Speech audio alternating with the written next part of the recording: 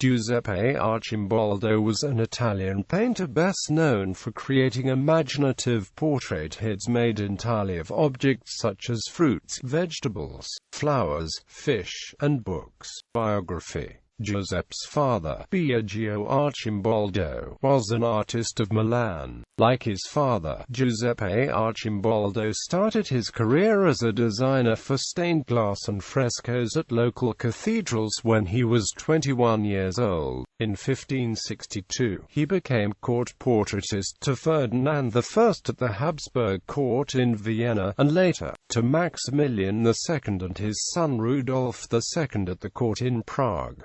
He was also the court decorator and costume designer. Augustus, Elector of Saxony, who visited Vienna in 1570 and 1573, saw Arcimboldo's work and commissioned a copy of his The Four Seasons, which incorporates his own monarchic symbols. Arcimboldo's conventional work on traditional religious subjects has fallen into oblivion, but his portraits of human heads made up of vegetables, plants, fruits, sea creatures and tree roots were greatly admired by his contemporaries and remain a source of fascination today. At a distance, his portraits looked like normal human portraits. However, individual objects in each portrait were actually overlapped together to make various anatomical shapes of a human. They were carefully constructed by his imagination. Besides, when he assembled objects in one portrait, he never used random objects. Each object was related by characterization. In the portrait now represented by several copies called the Librarian, Arcimboldo used objects that signified the book culture at the time, such as the curtain that created individual study rooms in a library. The animal tails, which became the beard of the portrait, were used as dusters. By using everyday objects, the portraits were decoration and still life paintings at the same time. His works showed not only nature and human beings, but also how closely they were related. After a portrait was released to the public, some scholars, who had a close relationship with the book culture at the time, argued that the portrait ridiculed the scholarship. In fact, Arcimboldo criticized rich people's misbehavior and showed others what happened at the time through his art. In The Librarian, although the painting might have appeared ridiculous, it also contained a criticism of wealthy people who collected books only to own them, rather than to read them. Art critics debate whether his paintings were whimsical or the product of a deranged mind. A majority of scholars hold to the view, however, that given the Renaissance fascination with riddles, puzzles, and a bizarre, Arcimboldo, far from being mentally imbalanced, catered to the taste of his times. Arcimboldo died in Milan, where he had retired after leaving the Prague service. It was during this last phase of his career that he produced the composite portrait of Rudolf II,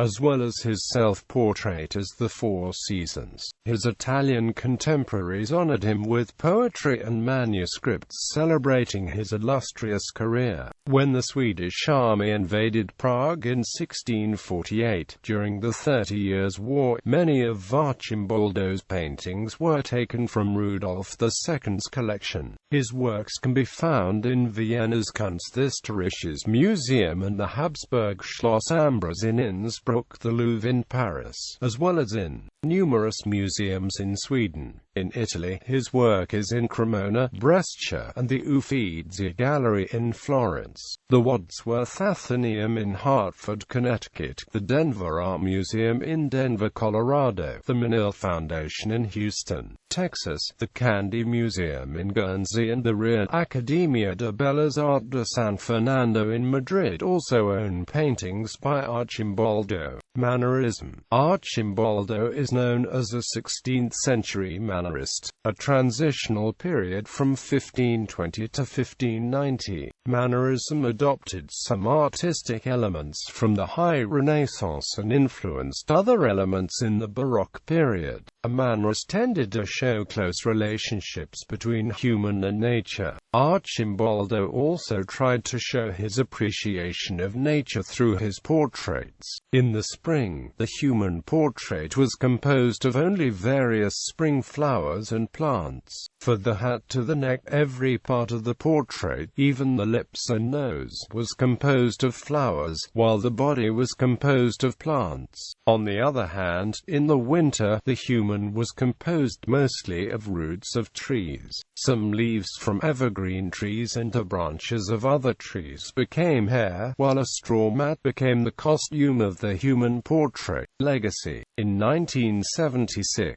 the Spanish sculptor Miguel Berrocal created the original bronze sculpture interlocking in 20 elements titled Opus 144. Arcimboldo big as a direct homage to the Italian painter. This first work was followed by the limited edition sculpture in 1,000 copies titled Opus 167 No Maggioad Arcimboldo of 1976–79, consisting of 30 interlocking elements. The bizarre works of Arcimboldo, especially his multiple images and visual puns, were rediscovered in the early 20th century by surrealist artists such as Salvador Dali. The exhibition, entitled The Arcimboldo Effect, Transformations of the Face from the 16th to the 20th Century, at the Palazzo Grassi in Venice, includes numerous double-meaning paintings. Arcimboldo's influence can also be seen in the work of Shigeo Fukuda, Istvan Norris, Octavio Ocampo and Sandro Del Prete, as well as the films of Jan Svankmajer. His painting Water was used as the cover of the album Masked by the progressive rock band Kansas, and was also shown on the cover of the 1977 Paladin edition of Thomas Sachs's The Myth of Mental Illness.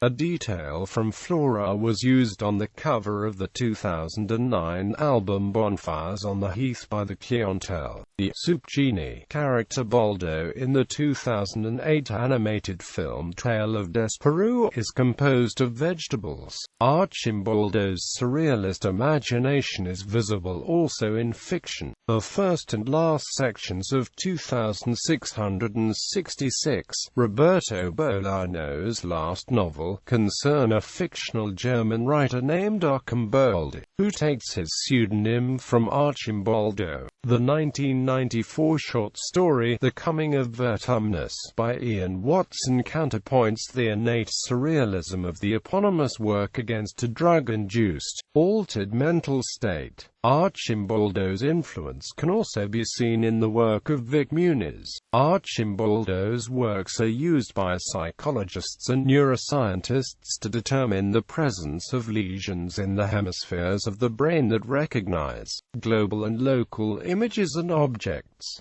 Art heritage estimates. Heritage. Giuseppe Arcimboldo didn't leave written certificates on himself for his artwork. After the deaths of Arcimboldo and his patron, the Emperor Rudolph, the heritage of the artist was quickly forgotten, and many of his works were lost. They weren't mentioned in the literature of the 17th and 18th centuries. Only in 1885 did the art critic A. Casati publish the monograph Giuseppe Arcimboldi, Milan Artist, in which the main attention was given to Arcimboldi's role as a portraitist. With the advent of surrealism, its theorists paid attention to the formal work of Arcimboldo, and in the first half of the 20th century many articles were devoted to his heritage. Gustav Hock drew parallels between Arcimboldo, Salvador Dali, and Max Ernst's works. A volume monograph of B. Giga and a book by F. Legrand and F. Zou were published in 1954. Since 1978, T. Da Costa Kaufmann was engaged in Arcimboldo's heritage, and wrote of the artist defended his dissertation, Variations on an Imperial Subject. His volume work, published in 2009, summed up the attitude of modern art critics towards Arcimboldo. An article published in 1980 by Roland Barthes was devoted to Arcimboldo's works. Arcimboldo's relation with surrealism was emphasized at landmark exhibitions in New York and in Venice, where Arcimboldo's allegories were presented. The largest encyclopedic exhibition of Arcimboldo's heritage, where about 150 of his works were presented, including graphics, was held in Vienna in 2008. In spite of the fact that very few works of Arcimboldo are available in the art market, their auction cost is in the range of $5 to $10 million.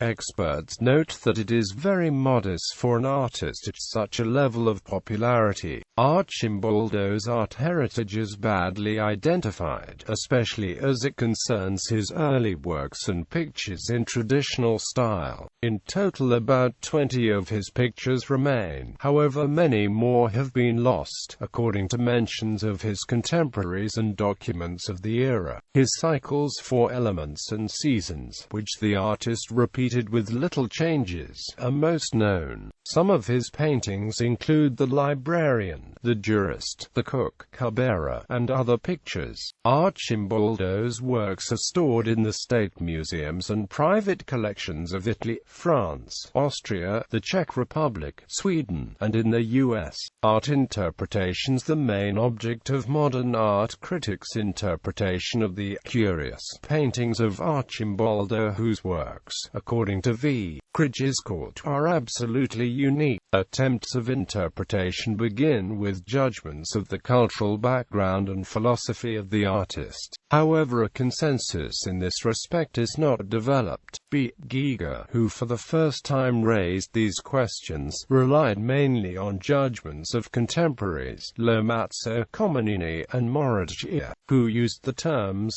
scherzi, grilli, and capricci.